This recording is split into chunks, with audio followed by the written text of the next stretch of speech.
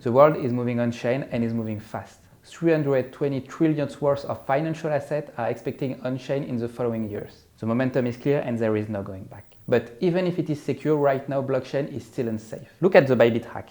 They've lost 1.5 billion because they signed a fraudulent transaction on a compromised computer. One click and the funds were gone. So we understand why institutions still fear going on-chain. And that's where we come in. With Trustline, that loss would not have happened. We detect suspicious patterns and ask for multi-channel verification before approval, reconnecting blockchain with the way users actually experience day-to-day operational risk. Trustlines protect digital asset service providers and their users from fraud while enforcing compliance and providing specific guarantees. It adds a flexible institutional-grade security layer in just one line of code. Right now, we have an MVP in testing and preparing for full production.